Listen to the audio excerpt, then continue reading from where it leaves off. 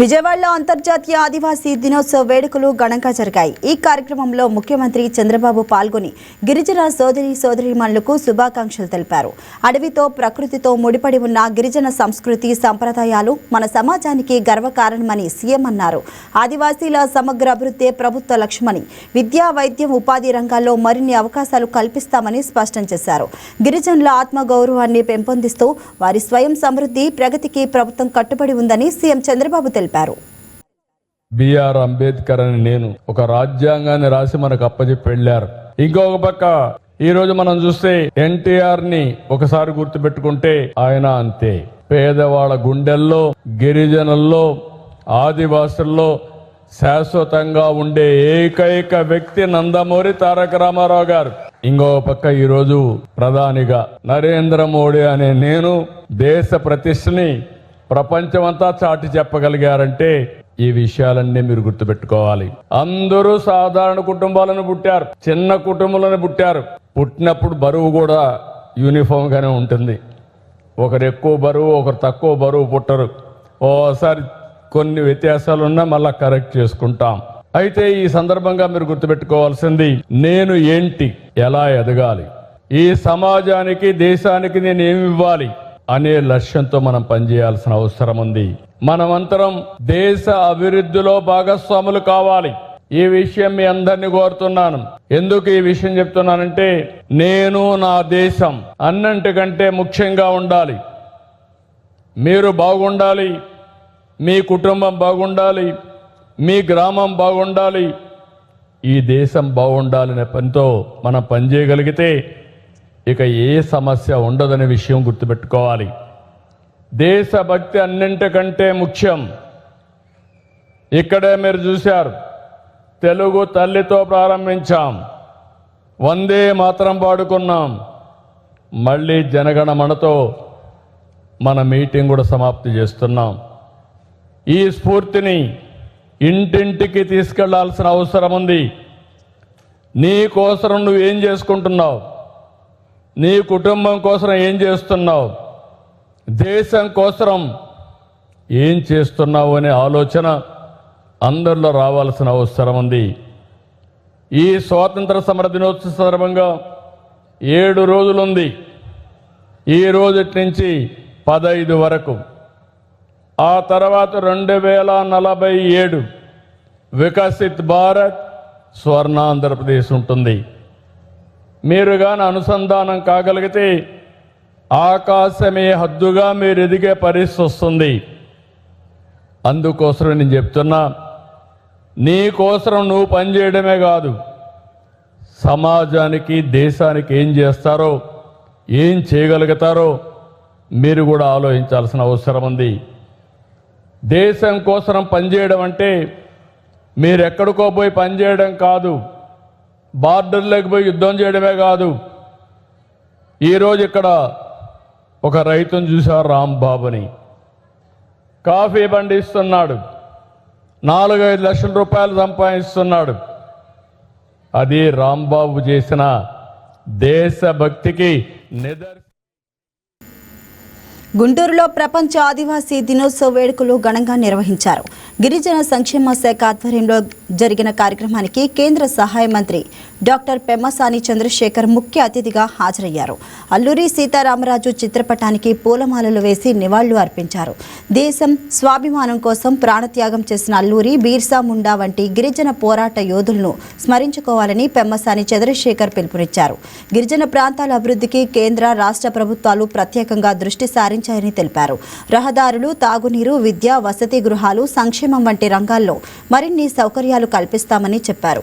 గిరిజనులు సమస్యల పరిష్కారానికి అందుబాటులో ఉన్న 30 కోట్ల నిధులతో అభివృద్ధి పనులు చేపడతామని స్పష్టం చేశారు.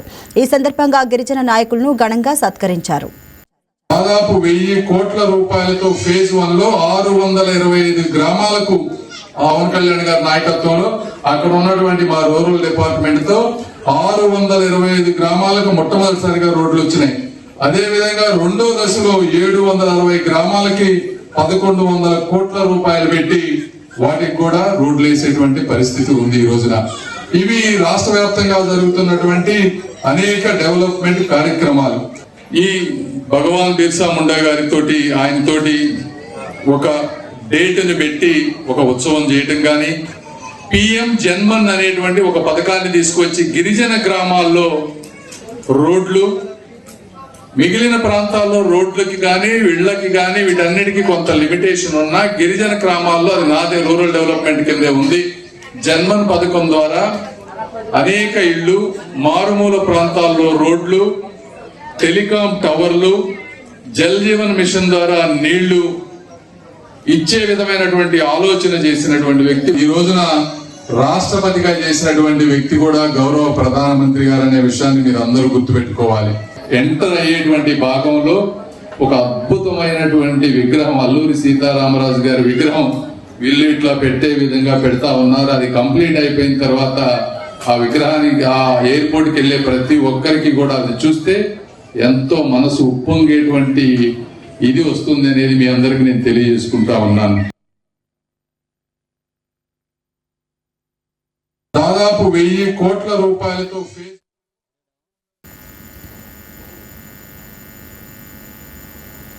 మాజీ ముఖ్యమంత్రి వైసీపీ అధినేత వైఎస్ జగన్మోహన్ రెడ్డి తీరుపై మంత్రి సవిత తీవ్ర స్థాయిలో మండిపడ్డారు. డిఎస్సి 2025 నిర్వహణపై విష ప్రచారం మానుకోకుంటే రాయలసీమ ప్రాంత ఉపాధ్యాయులంతా కదిలి సమరశంఖం పూరిస్తారని హెచ్చరించారు. కొండారెడ్డి బురుజు ఎక్కిన టీచర్లకు తాడేపల్లి ప్యాలెస్ ఎక్కడం పెద్ద లెక్క కాదని స్పష్టం చేశారు. ఒకరి కష్టాన్ని, ప్రతిభను, ఆత్మగౌరవాన్ని దెబ్బతీస్తే సహించేది లేదని, ఇది గొడ్డలి పార్టీకి హెచ్చరిక అని అన్నారు. డిఎస్సి విషయంలో వైసీపీ తీరును తప్పుపట్టారు. డిఎస్సి 2025 నిర్వహణపై ఎలాంటి అనుమానాలు ఉన్నా దమ్ము ధైర్యం ఉంటే జగన్ అసెంబ్లీకి రావాలని సవాల్ విసిరారు. జగన్కు ఎంతసేపైనా మైక్ ఇచ్చి గౌరవంగా మాట్లాడిస్తామని, అవసరమైతే ఒక రోజంతా మెగా డిఎస్సిపై అసెంబ్లీ వేదికగా చర్చించేందుకు కూటమి ప్రభుత్వం సిద్ధంగా ఉందని ఆమె స్పష్టం చేశారు. నీతి, నిజాయితీ, దమ్ము ధైర్యం ఉంటే సభకు వచ్చి తేల్చుకోవాలని జగన్కు సవాల్ విసిరారు. తెలుగు రాష్ట్ర ప్రజలందరికీ తెలుసు, డిఎస్సి అంటేనే చంద్రబాబు నాయుడు గారు అనే డిఎస్సి అనే విషయం మనందరికీ తెలుసు. ఈరోజు సుమారుగా 14 డిఎస్సీలు, సుమారుగా 2 లక్షల పైచిలుక టీచర్ పోస్టులు ఫిలప్ చేసిన ఘనత చంద్రబాబు నాయుడు గారు, తెలుగుదేశం ప్రభుత్వం అని మనందరికీ తెలుసు. ఏదైతే ఎన్నికల మేనిఫెస్టోలో గత వైసీపీ పార్టీ అధికారంలో ఉన్నప్పుడు ఒక్క డిఎస్సి కూడా ఇవ్వకపోవడం మనందరికీ తెలుసు. 5 సంవత్సరాలు ఇదిగో పులి అదిగో పులి అని చెప్పి కాకి కబుర్లు చెప్పుకుంటూ పోయిన జగన్మోహన్ రెడ్డి గారి ప్రభుత్వం వల్ల ఒక పక్క తల్లిదండ్రులు, ఒక పక్క పిల్లలు భవిష్యత్తు సర్వనాశనమై ఎంతోమంది పిల్లలు మనోవేదనకు గురి కావడం కూడా మనం అందరం చూసాం. జగన్మోహన్ రెడ్డి గారికి మొదటి నుంచి కూడా డిఎస్సి అంటే ఒక వ్యతిరేకత ఉంది. ఎందుకంటే ఆయన 5 సంవత్సరాలు ఒక్క టీచర్ పోస్ట్ కూడా ఫిలప్ చేయలేదు. 5 సంవత్సరాలు టీచర్ల పైన ఏ విధంగా దాడులు చేశారో, టీచర్లతో ఎలాంటి పనులు చేయించారో, టీచర్లు ప్రశ్నిస్తే కేసులు పెట్టడం, వారిపై బెదిరించడం కూడా మనం అందరం చూసాం. విద్య విలువ తెలిసిన విద్యాశాఖ మంత్రి గారు యువత పడుతున్న కష్టాలు, ఎన్నికల సమయంలో ఏదైతే మాట చెప్పామో ఆ మాట నిలబెట్టుకున్న నాయకుడు మా యువగల నేత ఈ విద్యాశాఖ మంత్రి నారా లోకేష్ బాబు గారు అనే విషయం తెలియజేస్తున్నాం. 16,000 కుటుంబాలలో వెలుగులు నింపిన నాయకుడు. మీరు ఈ డిఎస్సి గురించి మొదటి నుంచి మీరు విష ప్రచారం చేస్తున్నారు. ఎన్ని కుట్రలు, కుతంత్రాలు, ఎన్ని కేసులు పెట్టినా దిగ్విజయంగా మెగా డిఎస్సిని పూర్తి చేసి బిడ్డలకు అంకితం చేశామన్న విషయం కూడా తెలియజేస్తున్నాం. ఎంతో నీతి, నిజాయితీ, నిబద్ధతతో డిఎస్సి పూర్తి చేశాం. విద్యార్థులు కూడా వాళ్ళ తల్లిదండ్రుల కష్టం గుర్తుంచుకొని ఎంతో కష్టపడి ఎగ్జామ్ రాసి క్వాలిఫై అయిన టీచర్లను ఈరోజు వారి కుటుంబాలని మీరు అవమానపరుస్తున్నారనే విషయం మరొక్కసారి తెలియజేస్తున్నాం. ఈరోజు మేము 16,000 కుటుంబాలు వెలుగులిప్పితే మీరు 16,000 కుటుంబాలని అవమానపరుస్తున్నారు. ఆ అవమానాన్ని భరించలేక ఈరోజు రాయలసీమలో ఏదైతే మెగా డిఎస్సిలో క్వాలిఫై అయిన టీచర్లు అనంతపురం, కర్నూలు, కడప జిల్లా టీచర్లందరూ కొండారెడ్డి బురుజు ఎక్కి జగన్మోహన్ రెడ్డి గారు మా ఆత్మగౌరవంపై మీరు దెబ్బతీస్తున్నారు, ఖబర్దార్, మేము ఈరోజు మా ప్రతిభ, మా కష్టంపై మేము క్వాలిఫై అయ్యే తప్ప మేము ఎలాంటి తప్పిదాలు జరగలేదన్న విషయం కూడా తెలియజేస్తూ ఖబర్దార్ అని ఈరోజు క్వాలిఫై అయిన టీచర్లు కొండారెడ్డి బురుజు ఎక్కి మీకు నిరసన తెలియజేస్తున్నారు. జగన్మోహన్ రెడ్డి గారు ఈరోజు కొండారెడ్డి బురుజు ఎక్కారు, రేపు తాడేపల్లి ప్యాలెస్ పై కూడా వారు వారు నిరసన తెలియజేయడానికి ఏకధాటిగా మిమ్మల్ని ముట్టడించడానికి కూడా సిద్ధమవుతారన్న విషయం తెలియజేస్తున్నాం. ఇప్పటికన్నా తెలుసుకొని మరి ఈరోజు టీచర్లను అవమానపరచొద్దండి. గతంలో మీరు టీచర్లు ఏ విధంగా అవమానపరిచారో రాష్ట్ర ప్రజలందరికీ తెలుసు. మీకు ధైర్యం దమ్ము ఉంటే అసెంబ్లీకి డిఎస్సి నియామకాలపై వైసీపీ చేస్తున్న ఆందోళనను చంద్రగిరి ఎమ్మెల్యే పులివర్తి నాని తీవ్రంగా తప్పుపట్టారు. డిఎస్సిలో ఎలాంటి అక్రమాలు జరగలేదని, పరీక్షలు పూర్తి పారదర్శకంగా నిర్వహించామని స్పష్టం చేశారు. కూటమి ప్రభుత్వం అధికారంలోకి వచ్చిన తర్వాత డిఎస్సి ద్వారా 16,148 మందికి ఉద్యోగాలు కల్పించామని తెలిపారు. వైసీపీ హయాంలో ప్రతి ఏడాది జాబ్ క్యాలెండర్ ఇస్తామని చెప్పి అమలు చేయలేదని విమర్శించారు. మంత్రి నారాయణ లోకేష్ పై వైసీపీ చేస్తున్న ఆరోపణలు అవాస్తవమని కొట్టిపారేశారు. డిఎస్సిపై వైసీపీ చేస్తున్న దుష్ప్రచారాన్ని ప్రజలు గమనించాలని పులివర్తి నాని కోరారు. గొడ్డల పార్టీకి సంబంధించిన నాయకులు అందరూ కలిసి ఏ రోజు ఏ కోర్టు కానీ మీరు చేసిన తప్పు అని చెప్పి కేసులన్నీ కొట్టడం జరిగింది. కొట్టిన తర్వాత సుమారు 16,347 మందికి ప్రభుత్వం ఏర్పాటైన 148 రోజుల్లోనే టీచర్ ఉద్యోగాలు ఇచ్చిన ఘనత ఈ కూటమి ప్రభుత్వానికే చెందుతుంది. వాళ్ళకి భోజన వసతులు కల్పించి ఒక ఆహ్లాద వాతావరణం, ఒక కుటుంబంలో ఏ విధంగా మనకు పండగ వాతావరణం ఉంటుందో ఆ పండగ వాతావరణంలో ప్రతి ఒక్కరికి కూడా ఉద్యోగాలకు సంబంధించినటువంటి వాళ్ళ యొక్క జీవాలు కూడా ఇవ్వటం జరిగింది. అటువంటి దాన్ని చూసి ఈ గొడ్డల పార్టీలో జగన్మోహన్ రెడ్డి గారి నాయకత్వంలో ఆయన కన్నుసన్నుల్లో ఈ వైసీపీ నాయకులు చేస్తున్న విష ప్రచారం దుర్మార్గంగా ఉంది.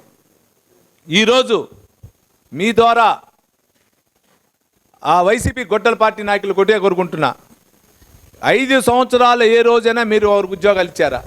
టీచర్ ఉద్యోగాలు మా నాయకులు చెప్పిన వెంటనే మొదటి విడత డిఎస్సి కంప్లీట్ చేశాం. వచ్చే నెల 2వ విడత డిఎస్సి ఇస్తున్నాం. సుమారు 10,000 మందికి పోలీస్ కానిస్టేబుల్ ఉద్యోగాలు ఇచ్చాం. కారుణ్య నియామకాలు ఇచ్చాం. వివిధ శాఖల ఆర్టీసీలో కానీ, ఎలక్ట్రికల్ డిపార్ట్మెంట్లో కానీ, ఎక్కడెక్కడ ఉందో జెడ్పీలో కానీ అన్నీ కూడా కారుణ్య నియామకాలు ఇవ్వడం జరిగింది. మీలాగా ఎక్కడ కానీ తప్పుడు విధానాల్లో గ్రూప్ 1 సంబంధించిన ఎగ్జామ్స్లో సంబంధం లేని వ్యక్తుల ద్వారా దిద్ది ఈరోజు కోర్టు ద్వారా ఎవరైతే ఆ గ్రూప్ 1లో సెలెక్ట్ అయ్యారో 123 మంది సుమారు వాళ్ళందరినీ ఈరోజు నాన్ లోకల్ పోస్టుకి వేయించే పరిస్థితి వచ్చిందంటే మీ గొడ్డల పార్టీ వల్లే. అటువంటి పరిస్థితి వచ్చింది. మీరు టీచర్స్ గురువు అంటే మా చంద్రబాబు నాయుడు కానీ పవన్ కళ్యాణ్ గారు కానీ లోకేష్ బాబు గారికి అంత గౌరవం. ఇంకా ఏదైనా మంచి శాఖలు తీసుకోవచ్చు, కానీ గురువులు బాగుండాలన్న ఉద్దేశంతో, ప్రజలు బాగుండాలి, పిల్లలు బాగుండాలన్న ఉద్దేశంతో ఈరోజు విద్యాశాఖ తీసుకుని నిర్మోహటంగా చేస్తున్నారు. ఎందుకంటే సాక్ష్యం మేము ఎమ్మెల్యేలందరూ కూడా మేము ఏదైనా ఒక ట్రాన్స్ఫర్ అడిగితే కూడా ఆయన ఒప్పుకోడు. బదిలీ ప్రక్రియ ఉందో ఆ ప్రక్రియ ప్రకారం చేయండి, మీరు దయచేసి దీంట్లో ఎవరు ఎంటర్ కావద్దని చెప్పడం మాకందరికి తెలుసు. ఎందుకంటే ఎక్కడ నారా లోకేష్ బాబు గారు చేస్తున్నటువంటి ప్రయోజనాలు, నారా లోకేష్ బాబు గారు విద్యా వ్యవస్థలో సమూలంగా మారుస్తున్నటువంటి మార్పులు, నారా లోకేష్ బాబు గారు విద్యా వ్యవస్థలో కానీ, టీచర్ రంగంలో కానీ, వివిధ కళాశాలలో కానీ అన్నిట్లో చేస్తున్నాను దాన్ని తట్టుకోలేకుండా ఎక్కడ టోటల్ టీచర్స్ కానీ లేదంటే ప్రజలు కానీ ఈరోజు వన్ సైడ్గా ఎట్లా తెలుగుదేశానికి ఎన్డీఏ కూటమికి ఉందో అది మార్పు ఉండదనే ఉద్దేశంతో మీరు చేస్తున్న నిందలు ఎక్కడ కానీ జనాలు నమ్మే పరిస్థితుల్లో లే. ఈరోజు మీ వల్ల సుమారు 16,343 ఉద్యోగాలు వచ్చినటువంటి కుటుంబాలు ఆందోళన పడే పరిస్థితి రావటం మీ వల్ల, ఈ గొడ్డల పార్టీ వల్ల, మీ వల్ల. జంజీని ధర్నా చేస్తూ ఉన్నారు, తాగుబోతులు పెట్టుకుని ధర్నా చేస్తున్నారు. మీరు ఇదే జంజీ, నిజమైన జంజీ అంటే యూత్ ఎంత బాగుండారంటే మాకు రాబోయే కాలం కూడా ఉద్యోగాలు వస్తాయన్న ఒక నమ్మకంతో ఉంది. డిఎస్సి అంశంపై అధికార ప్రతిపక్షాల మధ్య మాటల యుద్ధం మరింత ముదురుతుంది. వైసీపీ నేతలపై శాప్ చైర్మన్ రవినాయుడు తీవ్ర స్థాయిలో మండిపడ్డారు. డిఎస్సిపై నిరసనలు చేస్తున్న వారు నిరుద్యోగులు కాదని, రాజకీయ నిరుద్యోగులంటూ విమర్శించారు. గత ప్రభుత్వ హయాంలో డిఎస్సి కోసం ఆందోళన చేసిన నిరుద్యోగులపై కేసులు పెట్టారని ఆరోపించారు. ఇప్పుడు అదే అంశాన్ని రాజకీయ ప్రయోజనాల కోసం వాడుకుంటున్నారని మండిపడ్డారు. వైసీపీ హయాంలో నియామకాలు, పరీక్షల నిర్వహణలో అవకతవకలు జరిగాయని ఆరోపించిన రవినాయుడు రోజు చేస్తున్న డిఎస్సి ఆరోపణలపై బహిరంగ చర్చకు తాను సిద్ధమని సవాల్ విసిరారు. తన ఆరోపణలను రోజా నిరూపిస్తే ముక్కు నేలకు రాస్తానని, నిరూపించకపోతే మంత్రి నారా లోకేష్కు క్షమాపణ చెప్పాలని డిమాండ్ చేశారు. జాబ్ క్యాలెండర్ మీద కేసులు రెడీ చేస్తున్నారు. కోర్టుకు వెళ్ళాలని, జాబ్ క్యాలెండర్ అడ్డుకోవాలని, పోలీస్ శాఖ రిక్రూట్మెంట్ అడ్డుకోవాలని, ఇప్పుడు వచ్చే 26 డిఎస్సీని అడ్డుకోవాలని కోర్టుకు అప్పుడే పిటిషన్లు ప్రిపేర్ చేస్తున్నారు. యూనివర్సిటీ పోస్టుల మీద పిటిషన్లు ప్రిపేర్ చేసి కోర్టులో వేశారు. కోర్టు మొటికాయ లాస్టంలో వీళ్ళకి సిగ్గు రావడంలా పర్వతలేని చంద్రశేఖర్ రెడ్డి అంట, ఆయన ఎమ్మెల్సీ అంట, కోర్టుకు వెళ్తున్నాడు, చివాట్లు పెట్టించుకున్నాడు, మళ్ళీ వస్తున్నాడు, మళ్ళీ ఒక పిల్లి వేస్తున్నాడు. మేము అడుగుతున్నాం, సిబిఐ ఎంక్వైరీ కావాలా మీకు? సిబిఐ ఎంక్వైరీ, సిబిఐ మీద వీళ్ళకి ఇప్పుడు ప్రేమ వచ్చింది. సిబిఐని వీళ్ళు ఇప్పుడు నమ్ముతున్నారు. నేను అడుగుతున్నా, సిబిఐ మీద నిన్న సునీతమ్మ మీ చెల్లి వివేకానంద రెడ్డి గారి కుమార్తె మీ పార్టీ అధికారంలోకి రావడానికి ప్రధాన హత్య, ఆయన శవాన్ని అడ్డం పెట్టుకొని, ఆయన భౌతిక దేహాన్ని అడ్డం పెట్టుకొని మీరు అధికారంలోకి వచ్చారు. 5 ఏళ్ళు ఎంజాయ్ చేశారు. నిన్న రాష్ట్రపతి గారికి లేఖ రాసింది, సిబిఐని తొందరగా చర్యలు తీసుకోవాలని. ఇదే సిబిఐ అవినాష్ రెడ్డి గారికి ముందుకు వస్తే, ఆయన ప్రధాన ముద్దాయని తెలుసుకొని వస్తే సిబిఐ మీద కేసులు పెట్టింది మీరు. ఈరోజు సిబిఐ కావాలంట, వీళ్ళకి సిబిఐ రావాలంట. యాడికి రావాలా? వస్తే కన్నుల కేసులు ఎందుకు పెట్టారయ్యా మీరు? కేసులు ఎందుకు పెట్టారో అని అడుగుతున్నాం. సిబిఐ మీద సిబిఐని ఎందుకు అడ్డుకున్నారో అని అడుగుతున్నాం. ఈరోజు సిబిఐ గుర్తొచ్చింది వీళ్ళకి. మరి వివేకానంద మహేష్ బాబు మేనియా మరోసారి ఏ స్థాయిలో ఉందో దూకుడు రిలీజ్ సందడి చూపించింది. సినిమా ప్రదర్శిస్తున్న థియేటర్ల వద్ద అభిమానులు భారీగా తరలివచ్చారు. ఇక మహేష్ బాబు సినిమాలో కనిపించిన పోలీస్ గెటప్ను పోలినట్టుగా ఓ అభిమాని పోలీసు డ్రెస్లో థియేటర్కు రావడం ప్రత్యేక ఆకర్షణగా మారింది. మహేష్ లుక్ను అనుకరిస్తూ ఫోటోలు, వీడియోలు తీసుకుంటూ సందడి చేసిన అతడితో సెల్ఫీలు దిగేందుకు అభిమానులు ఆసక్తి చూపించారు. దీనిపై మరింత సమాచారం మా కరెస్పాండెంట్ బిందు అందిస్తారు. విజయవాడలో దూకుడు రిలీజ్ మూవీ జరుగుతుంది. ఈ నేపథ్యంలో యువత పెద్ద ఎత్తున దూకుడు మూవీకి మహేష్ బాబు గారి ఫ్యాన్స్ అంటూ కూడా పెద్ద ఎత్తున ప్రతి ఒక్క థియేటర్ దగ్గర ఉంటూ ఉంది. అయితే దూకుడు మూవీయే కాకుండా రానున్న రోజుల్లో వారణాసి మూవీ కూడా చాలా పెద్ద హైప్ క్రియేట్ చేస్తుందని కూడా యువత ఆశిస్తుంది. అదేవిధంగా ఫ్యాన్స్ కూడా మహేష్ బాబు గారి కటౌట్కి పూలమాలలు వేయడం, పాలాభిషేకం చేయడం ఇటువంటివన్నీ జరుగుతూ ఉన్నాయి. పొద్దున్నుండి మూవీకి చాలా పెద్ద క్రేజ్ ఉంది. దూకుడు మూవీ అప్పట్లో హిట్, ఇప్పుడు కూడా కల్ట్ హిట్ అని కూడా యువత అందరూ మన దగ్గర ఉన్నారు. ప్రస్తుతం ఫ్యాన్స్ ఉన్నారు. ఫ్యాన్స్ ఏమంటున్నారు వాళ్ళ మాటల్లోనే ఒక్కొక్కరుగా విందాం. చెప్పండి, దూకుడు మూవీయే కాకుండా రానున్న రోజుల్లో వారణాసి మూవీకి సంబంధించి అందరూ ఇప్పుడు ఇండస్ట్రీ కొట్టారనుకుంటున్నారు. బాబు 2006లో కొట్టాడు పోగిరి సినిమాకి.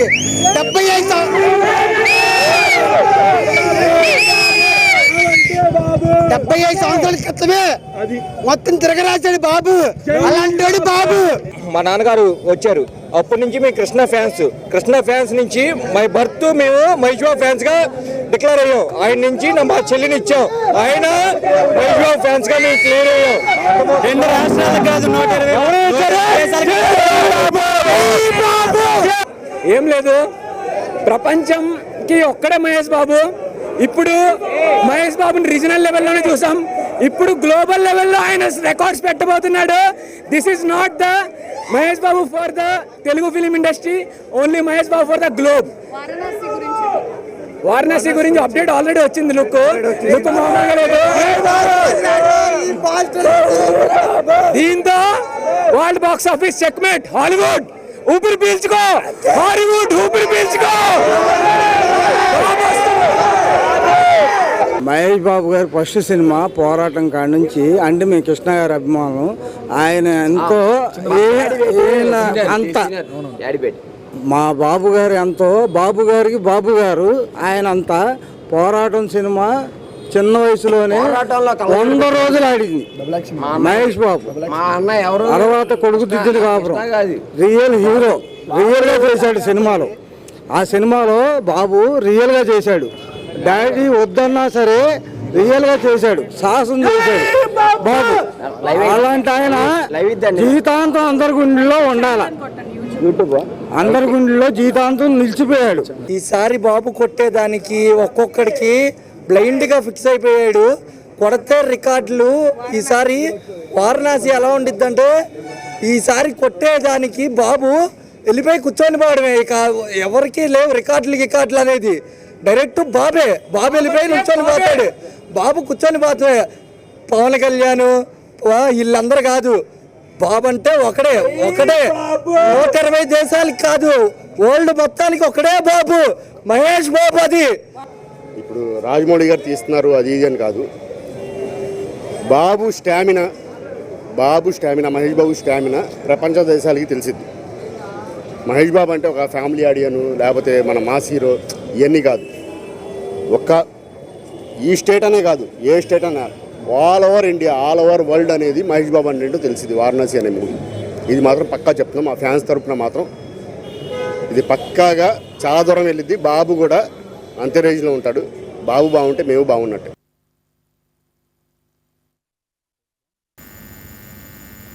రాష్ట్రంలో పొగాకు రైతులను గత కొన్ని రోజులుగా తీవ్రంగా కలవరపెడుతున్న నోబిడ్లు, ధరల పతనం, కొనుగోళ్ల మందగమనం వంటి సమస్యల మధ్య ఇప్పుడు క్రమంగా సానుకూల సంకేతాలు కనిపిస్తున్నాయి. రాష్ట్ర ప్రభుత్వం చేపట్టిన చర్యలు, ముఖ్యమంత్రి చంద్రబాబు నాయుడు ఆదేశాలతో జరుగుతున్న నిరంతర సమీక్షలు, కేంద్ర ప్రభుత్వంతో జరిపిన చర్చల ఫలితంగా వేలం కేంద్రాల్లో పరిస్థితి కొంత మెరుగుపడుతుంది. కొనుగోళ్లు పెరగడం, నోబిడ్లు తగ్గడం, ధరలు మెరుగుపడటం రైతుల్లో ఆశలు రేకెత్తిస్తుంది. మరోవైపు ధరల లోటు భర్తీ కోసం బోనస్ ఇవ్వాలన్న ప్రభుత్వ నిర్ణయం కూడా రైతులకు ఊరటనిస్తుంది.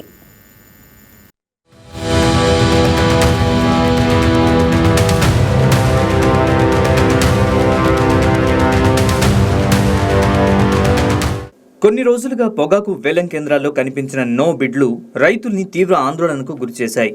తాము ఏడాది పొడవునా కష్టపడి పండించిన పంటకు కొనుగోలుదారులు ముందుకు రాకపోవడంతో వేలాది మంది రైతులు తీవ్ర నిరాశలోకి వెళ్లారు. మార్కెట్లో డిమాండ్ తగ్గడం, ఎగుమతులు మందగించడం, కొనుగోలు సంస్థలు వెనక్కి తగ్గడం వంటి కారణాలతో వేలం కేంద్రాల్లో ఆశించిన ధరలు రాకపోవడం రైతుల ఆర్థిక పరిస్థితిని మరింత క్లిష్టంగా మార్చింది.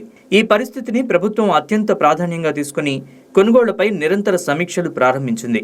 ముఖ్యమంత్రి చంద్రబాబు నాయుడు స్వయంగా పరిస్థితిని పర్యవేక్షిస్తూ అధికారులకు కీలక ఆదేశాలు జారీ చేయడంతో పాటు కేంద్ర ప్రభుత్వంతోనూ సంప్రదింపులు కొనసాగించారు. ఇప్పుడు ఆ చర్యల ప్రభావం క్రమంగా వేలం కేంద్రాల్లో కనిపించడం ప్రారంభమైందని రైతులు చెబుతున్నారు.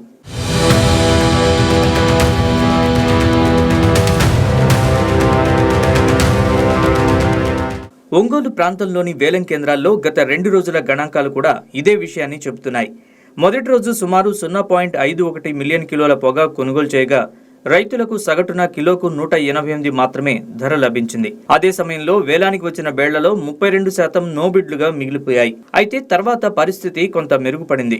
కొనుగోలు పరిమాణం 0.65 మిలియన్ కిలోలకు పెరిగింది. సగటు ధర కూడా కిలోకు 194.90కు చేరుకుంది.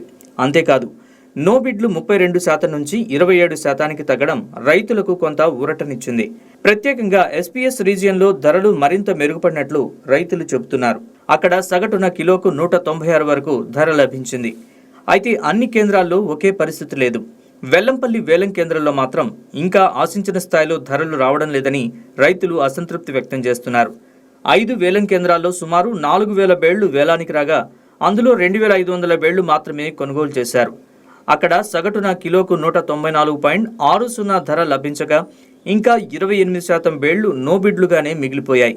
మరోవైపు ఒంగోలు పరిధిలోని 6 వేలం కేంద్రాల్లో 3000 బేళ్లు వేలానికి రాగా 2200 బేళ్లు కొనుగోలు చేశారు. అక్కడ సగటు ధర కిలోకు 195 రూపాయలుగా నమోదైంది.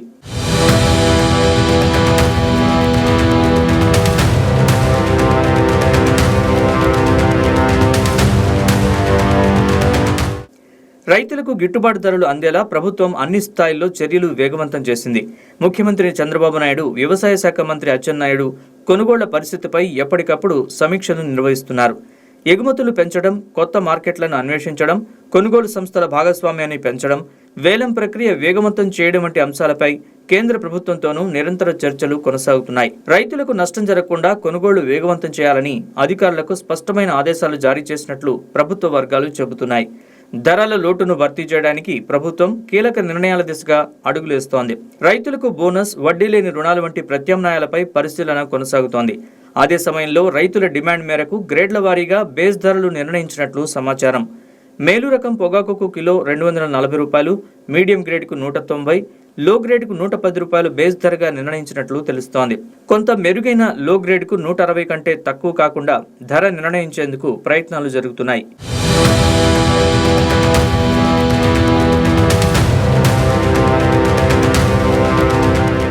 ప్రస్తుతం రైతుల వద్ద నిల్వ ఉన్న లో గ్రేడ్ పొగాకుకు ధరల లోటును భర్తీ చేసేందుకు ప్రభుత్వం బోనస్ ప్రకటించబోతోంది. రాష్ట్రంలో ఉన్న 94 మిలియన్ కిలోల లో గ్రేడ్ పొగాకుకు కిలోకు 20 చొప్పున మొత్తం 188 కోట్ల బోనస్ ఇవ్వాలని ప్రభుత్వం నిర్ణయించినట్లు తెలుస్తోంది. ఈ నిర్ణయం అమల్లోకి వస్తే మార్కెట్లో ఆశించిన ధరలు రాక ఇబ్బందులు పడుతున్న వేలాది మంది రైతులకు ఇది పెద్ద ఊరటగా మారే అవకాశం ఉందని రైతు సంఘాలు అభిప్రాయపడుతున్నాయి. ప్రభుత్వ జోక్యంతో వేలం కేంద్రాల్లో పరిస్థితి క్రమంగా మెరుగుపడుతున్నప్పటికీ ఇంకా అన్ని గ్రేడ్లకు గిట్టుబాటు ధరలు రావాల్సి ఉందని రైతులు చెబుతున్నారు. నో బిడ్లు పూర్తిగా తగ్గి ప్రతి రైతు తన పంటకు న్యాయమైన ధర పొందేలా చర్యలు కొనసాగించాలని రైతులు ప్రభుత్వాన్ని కోరుతున్నారు. ప్రస్తుతం కనిపిస్తున్న సానుకూల ధోరణి ఇదే విధంగా కొనసాగితే సంక్షోభంలో చిక్కుకున్న పొగాకు రైతులకు ఇది నిజమైన ఉపశమనంగా మారే అవకాశం ఉందని మార్కెట్ వర్గాలు కూడా అంచనా వేస్తున్నాయి. కొనుగోళ్లు పెరగడం, నో బిడ్లు తగ్గడం, ధరలు మెరుగుపడడం, ధరల లోటును భర్తీ చేసేందుకు బోనస్ దిశగా ప్రభుత్వం అడుగులు వేయడం వంటి పరిణామాలు పొగాకు రైతుల్లో కొత్త ఆశలు నింపుతున్నాయి. అయితే ఈ సానుకూల పరిస్థితి కొనసాగి ప్రతి రైతుకు గిట్టుబాటు ధర లభించే వరకు ప్రభుత్వ చర్యలు ఇదే వేగంతో కొనసాగాల్సిన అవసరం ఉందని రైతులు కోరుతున్నారు.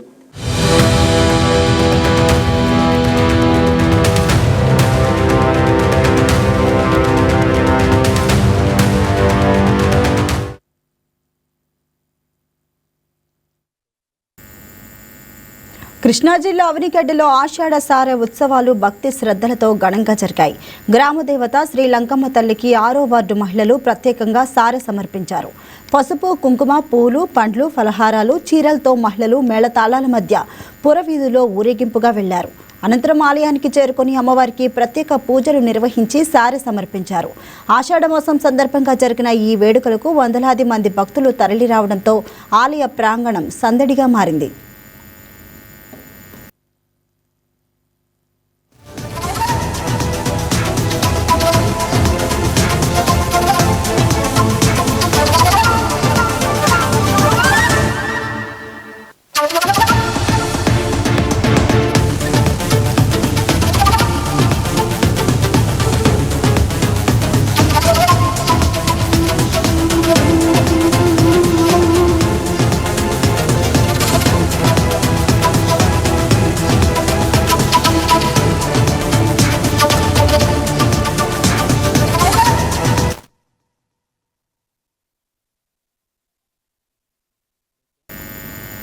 కృష్ణా జిల్లా నాగాయలంక మండలం గణపేశ్వరంలో ఆషాఢ సారె వేడుకలు ఘనంగా జరిగాయి.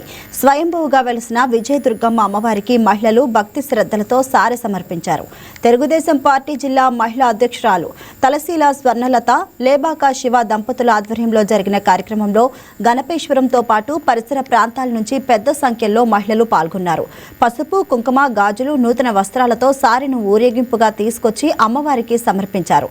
అనంతరం 108 మంది మహిళలు శాస్త్రోక్తంగా కుంకుమ పూజలు నిర్వహించారు. అవనిగడ్డకు చెందిన డాక్టర్ త్రినాథ్ ఆసుపత్రి ఆధ్వర్యంలో అన్న సంతర్పణ చేపట్టగా లేబాక శ్యామ్ కుమార్ దంపతులు అమ్మవారికి పట్టు వస్త్రాలు సమర్పించారు.